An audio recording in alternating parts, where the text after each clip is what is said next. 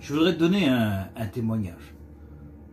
Ce témoignage, c'est le témoignage de Marc et de Peter. Ils sont anglais, ils vivent dans la banlieue de Londres. Et ce sont deux amis d'enfance, ils ont grandi dans le même quartier et ce sont des garçons qui sont inséparables. Ils vont à l'école ensemble, ils sont tout le temps ensemble. D'ailleurs, on les surnomme les inséparables. Et puis ils grandissent comme ça, ils font leur première sortie, leur premier flirt. Et tout ce qu'on peut faire en tant qu'amis et en tant que camarades et avec une amitié qui est puissante. Et voilà, qui sont adolescents, sont toujours ensemble, ils vont en vacances ensemble, ils partent en vacances. Et puis voilà, que ça devient des jeunes hommes. Et puis il y a quelqu'un qui vient leur parler de l'évangile. C'est un évangéliste, il vient leur parler de l'amour de Jésus. Et c'est vrai qu'ils sont curieux à tout ce qui est en train de se dire et s'expliquer. Et puis on les invite à aller dans une réunion, un culte. Et donc ils y vont, et puis ils y vont au culte, ils écoutent les chants de cantiques, ils écoutent la prédication, ils trouvent ça joli, ils y retournent une fois, deux fois, trois fois, et puis c'est vrai que Marc, lui, il est interpellé par la parole de Dieu. La parole de Dieu l'intéresse. Par contre, c'est vrai que Peter, c'est différent. Il lui dit, moi, je ne me sens pas concerné. C'est quelque chose qui ne m'intéresse pas. Moi, je veux vivre ma vie. Et puis, ça continue comme ça. Mais Marc continue à aller au culte. Peter ne veut plus y aller, donc c'est pas pour ça qu'ils sont plus amis. Et puis, Marc va assez souvent au culte et fait une rencontre avec Jésus-Christ. Il devient chrétien et puis il le dit à son ami. D'ailleurs, son ami vient à son baptême et puis se réjouit avec lui. Il dit, moi ça ne me concerne pas, mais ce n'est pas parce que ça ne me concerne pas que toi ça t'intéresse. Je suis content pour toi de ce qui t'arrive. Et voilà que leur vie continue. Et puis Marc va à son culte et puis là il se fait des amis chrétiens. Il se fait des frères, des sœurs en Christ. Et puis c'est vrai que il pense un petit peu moins à son ami qui n'a pas accepté Jésus. D'ailleurs son ami il est un petit peu attristé parce que Marc il le voit de moins en moins. Il dit, je sais pas ce qui lui arrive depuis qu'il est chrétien. C'est plus comme avant. C'est plus comme avant. Il n'est plus avec moi et on n'a plus les mêmes conversations, il semblerait qu'il m'évite. Et lui, il a un petit peu de mal dans son cœur par rapport à son ami qui est devenu chrétien. Et puis Marc continue son petit bout de chemin comme ça. Et puis il part en campagne d'évangélisation, il parle du Seigneur, il parle tout ça. Mais de temps en temps, il pense à son ami Peter. Mais quand il pense à son ami Peter, lui, il a une réflexion qui se fait dans son cœur. Et c'est son droit, il n'a pas accepté Dieu, et il y a une barrière qui se dresse naturellement entre nous. Et ça, c'est sa réflexion qui se fait à lui. Et il semblerait qu'en travers ça, il commence à délaisser son ami Peter. Il va le voir de moins en moins, il lui téléphone plus, et puis il se passe quelques mois comme ça, il se passe même entre 2 et 3 ans, c'est un petit peu plus long, et puis il semblerait qu'ils n'ont plus de nouvelles un de l'autre. Et puis c'est vrai que Peter n'en souffre beaucoup parce que lui c'était son ami. Il dit, je comprends pas depuis qu'il est chrétien, il ne fait plus attention à moi, voilà, moi j'étais content pour lui qui trouve Dieu. Moi c'est pas mon chemin, c'est pas ma route, c'est pas ma direction. Et puis il est attristé pour son ami Marc qui lui fait plus attention. Et puis Marc, il semblerait qu'il a oublié Peter, et ça fait une nouvelle famille. Peter n'a pas accepté Dieu, donc c'est son choix. Donc lui, ça ne l'intéresse plus. Et puis voilà, quelques temps qui se passent, et puis il y a des nouvelles qui arrivent aux oreilles de Marc, que Peter, il y a 5 jours en arrière, il a fait un grave accident de voiture. Et à travers cet accident de voiture, il est rentré dans un coma profond. Et là, Marc, il semblerait que c'est quand même son ami. Et puis il commence à penser à son ami. Et puis là, il commence à réaliser qu'en fin de compte, il l'a abandonné. Il n'a plus fait attention à lui parce qu'il n'avait pas voulu accepter le Seigneur. Et puis là, Marc il commence à être tourmenté, il commence à avoir cette tristesse dans son cœur, mais il sait pas comment faire parce qu'il y a la famille de Peter et puis il ose pas, il sait qu'il y a eu cette séparation qui vient de lui et puis il ose pas vraiment aller les voir, donc il prend des nouvelles un petit peu en secret, il téléphone à l'hôpital et puis ça tourmente et ça ronge son cœur et ça ronge son cœur et ça ronge son cœur et il semblerait que le Saint-Esprit est en train de mettre un poids sur ce problème qu'il y a sur le cœur de Marc. Et puis Marc commence à prendre la parole de Dieu, c'est un lecteur, il aime lire la parole de Dieu et il commence à lire, il dit Seigneur, je voudrais que tu me parles, je voudrais que tu me réconfortes, je voudrais que tu me dises quoi faire, je ne sais pas quoi faire.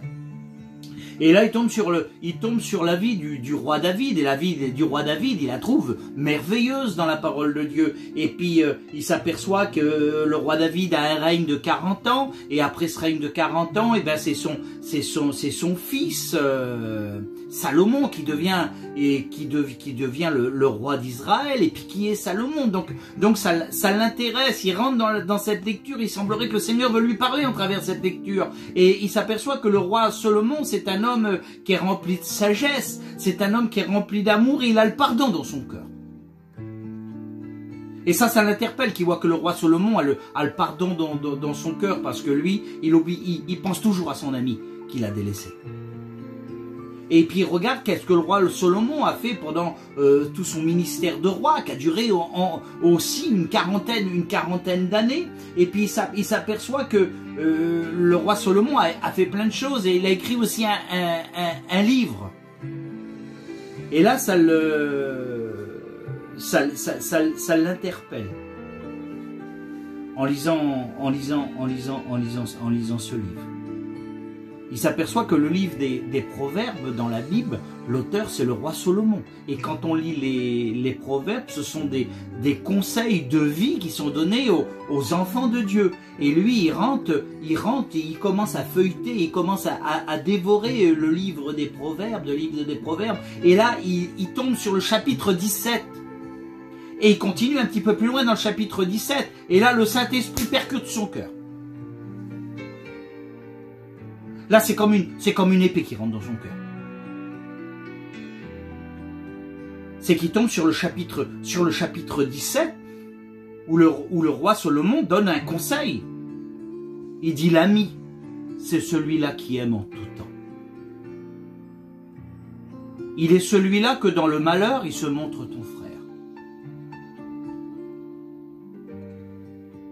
Et là, Marc, il tombe à genoux. Parce que le Saint-Esprit a interpellé son cœur. Il lui a fait comprendre, il lui a fait comprendre sa situation. Il dit, Seigneur, mon ami d'enfance, mon ami qui était dans mon cœur, que j'aimais tout mon cœur. Et quand je suis venu à toi, moi j'ai trouvé pas nécessaire de continuer avec lui, parce que lui, il ne t'a pas accepté comme son sauveur, il n'a pas fait cette rencontre. Et je l'ai délaissé. Aujourd'hui, mon ami, il est dans le coma. Mon ami va peut-être perdre la vie. Et moi, je l'ai délaissé complètement. Et là, il se place devant Dieu. Et là, il prend cette décision, Marc. Il prend cette décision d'aller voir Peter. Peter, il y a un peu plus d'une semaine qu'il est dans le coma. Et là, il rentre à l'hôpital, il demande des nouvelles de lui, il dit, est-ce que je peux le voir? Et là, il s'assied à côté de lui. Et quand il s'assied à côté de lui, il s'adresse à Dieu. Il ne reste pas très longtemps, il s'en va. Et chaque jour, il vient.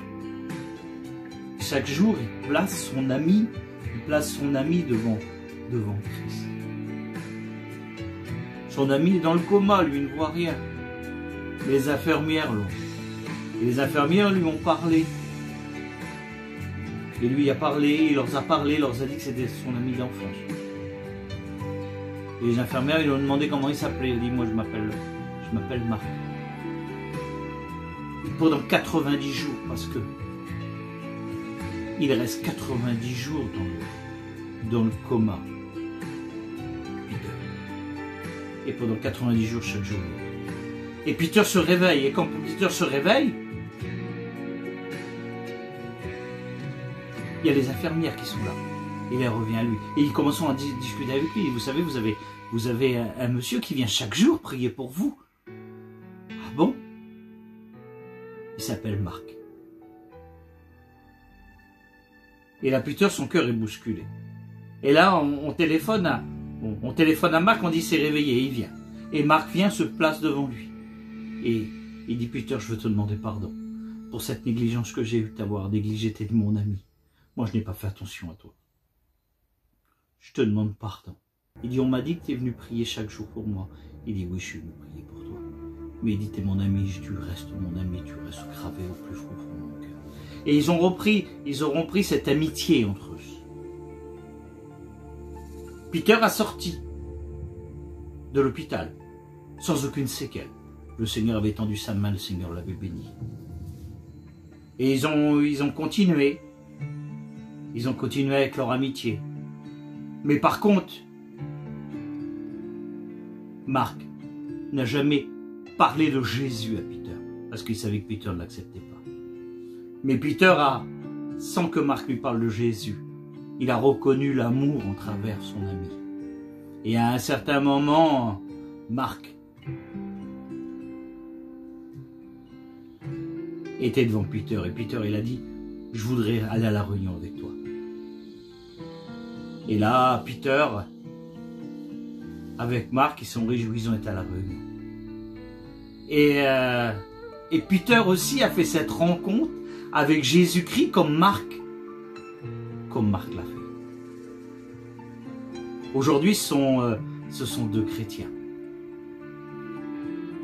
Cette leçon que Marc a eue dans son cœur, que le Saint-Esprit l'a repris en travers la parole de Dieu, c'est qu'il a compris que c'est pas parce que nous sommes chrétiens que nous devons négliger ceux-là qui n'acceptent pas Jésus.